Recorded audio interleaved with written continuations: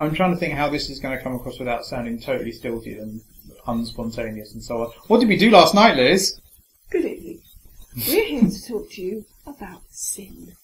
Yeah. Wickedness and evil. Which is what we did last night, wasn't it? That's what we did last night. Okay, so elaborate. Well, at our Drinking Pink discussion group yesterday evening, which is a philosophy discussion group, we discussed the topic of sin, wickedness and evil. Are they the same thing? And we began with sin, and sin took up rather a long time because it's a kind of a heavy subject, and we decided that sin was a specifically religious concept, didn't we? It doesn't make a lot of sense outside, but there was the thing about existentialism, and the only sin is shame, so presumably that is acknowledging that shame is a sin, and that's in a secular context. Yeah, although that was new to me. I hadn't come across that in existentialism, but... Right. Okay, so what about wickedness then? What's wickedness? Well, we thought...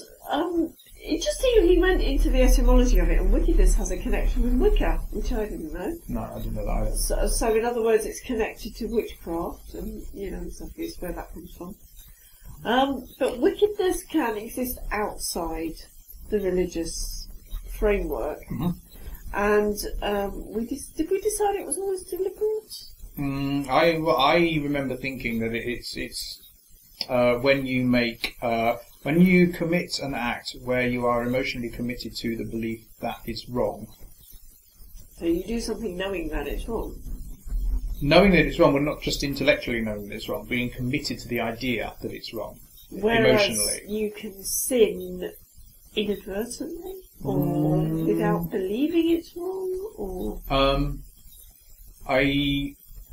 I think, well, I mean, it was like what I was saying about sin yesterday, was that I think sin is a useful exercise. It's useful to think of yourself as sinful in order to improve your character, and to avoid thinking of other people as sinful, but in the meantime thinking of them as the victims of sin, so that you can help them, because that avoids judging others, and you have to walk a mile in someone's shoes and all that kind of thing.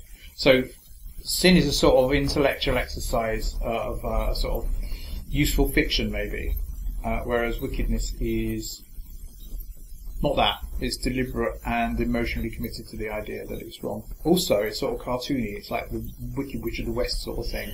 Yeah, You've also got like wicked in a positive way as well. Anyway, sorry, go on. We talked about that, didn't we? And how the word is kind of weakened as these kind of old moralities have weakened. So to call something wicked is almost this kind of backhanded compliment, like wicked shoes, or It's also it's a bit sort of anti-pagan as well to call something wicked. If you've got the idea that it's associated with Wiccan, then it's...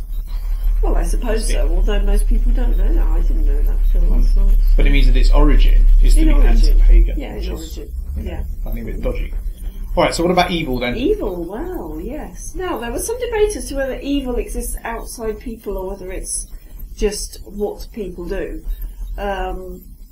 So, some people seem to think that evil was a force that exists outside people, and some people seem to think that it was just something in people which causes them to act in an evil way. But psychopaths were mentioned. I mean, I think psychopaths are interesting for a variety of things. I think, like I said, that a psychopath is somebody who lives the doctrine of ethical skepticism.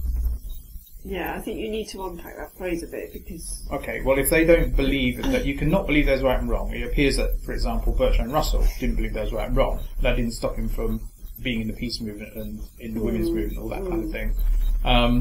Whereas somebody who doesn't believe there's right and wrong, and again is emotionally committed to the idea that there is no right and wrong, will then live the life of amoralism, but may prudently follow right and wrong, or perhaps obsessively follow right and wrong.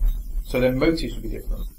So what would their motives be for following right and wrong then? Well, their motives would be that it's prudent not to end up in prison, or to have people coming around and beating you up because you've done something they don't like.